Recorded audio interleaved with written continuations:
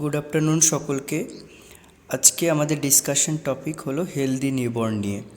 প্রথম question, define healthy newborn.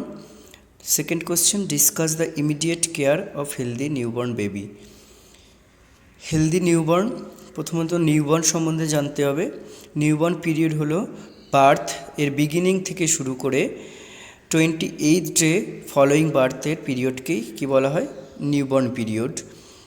এবার healthy newborn বলতে কী বোঝায়? এটা গেল নিউবর্ন।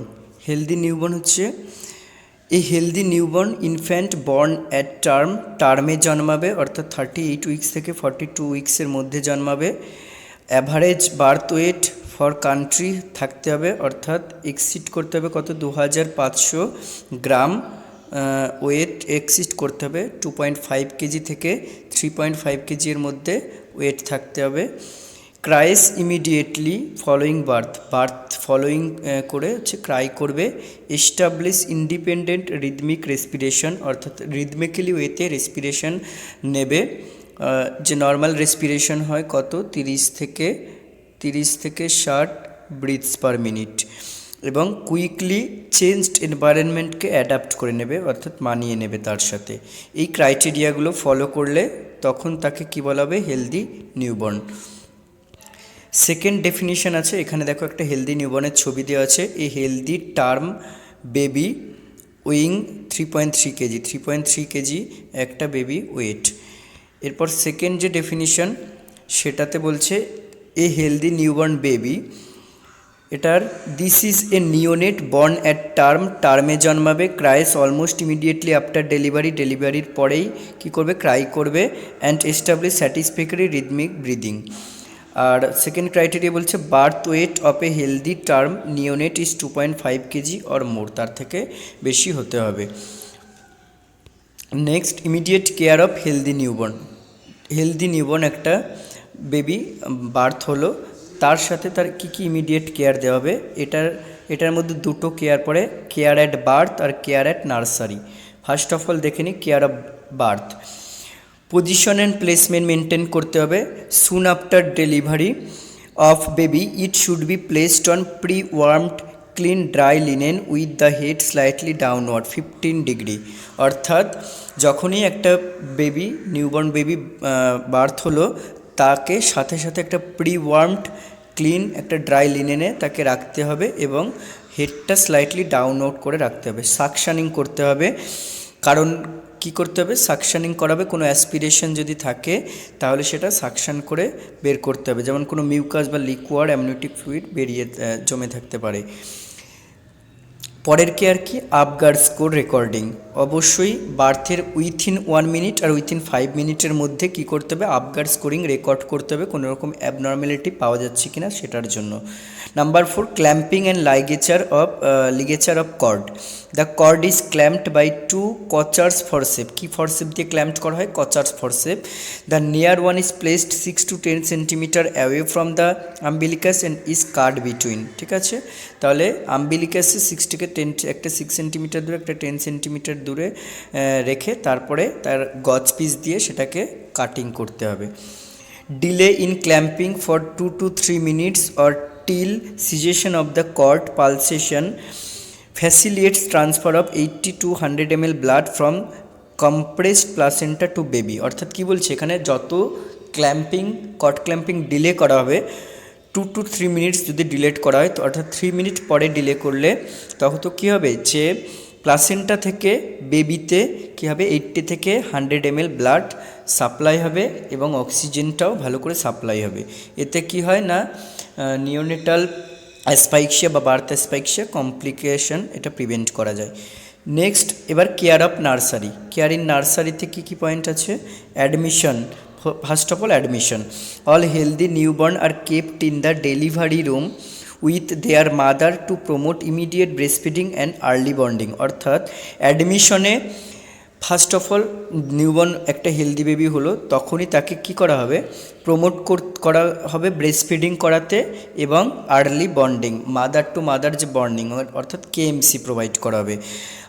আর এখানে initiation early initiation of breast feeding, EIBF বলে একটা কথা আছে, অর্থাৎ যত তাড়াতাড়ি ব্রেস্ট ফিডিং ইনিশিয়েশন করানো যাবে তত তাড়াতাড়ি বন্ডিং, তারপরে KMC এগুলো ভালো মেনটেন হবে।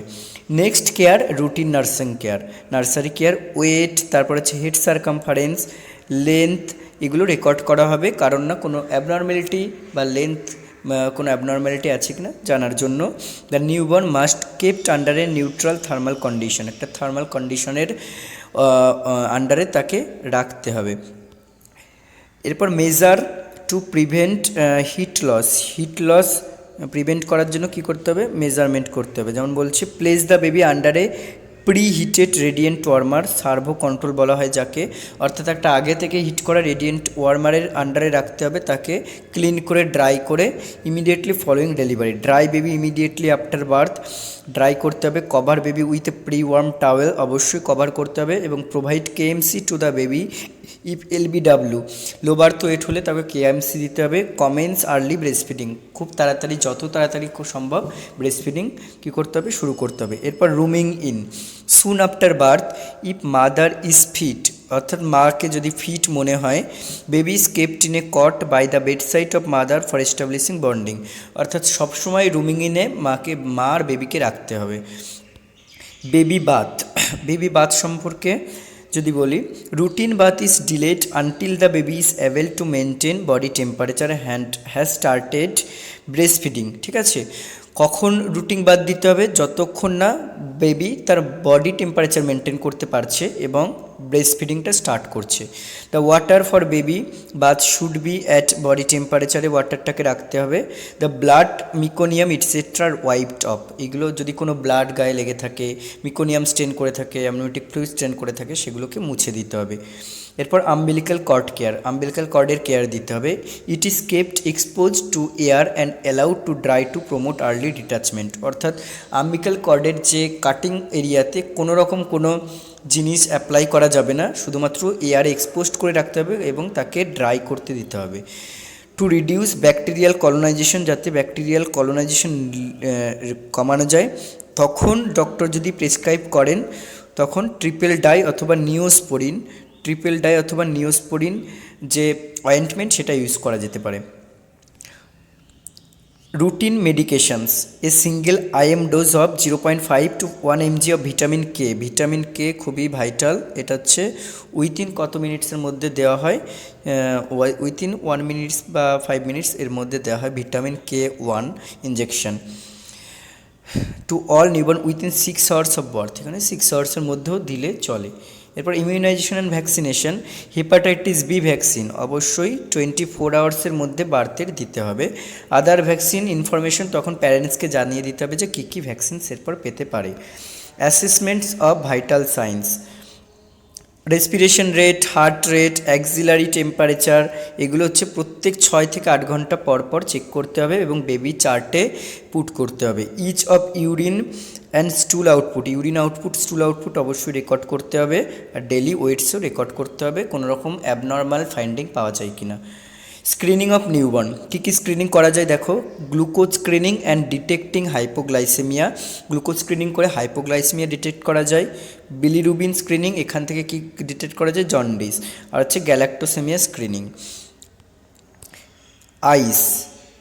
আইসের কেয়ার কী দেওয়া হবে, eyes are kept clean with cotton wool soaked with sterile normal saline, অর্থাৎ নর্মাল স্যালাইনে সোকড করে স্টেরাইল কটন উল কী করতে হবে, আইসকে ক্লিন করতে হবে। As a prophylaxis against ophthalmic neonatorum, এটা প্রিভেন্ট করা যায় এর প্রোফাইল্যাক্সিস হিসেবে। Erythromycin or tetracycline ointment may used, অর্থাৎ এই অয়েন্টমেন্টগুলো ইউজ করা যেতে পারে।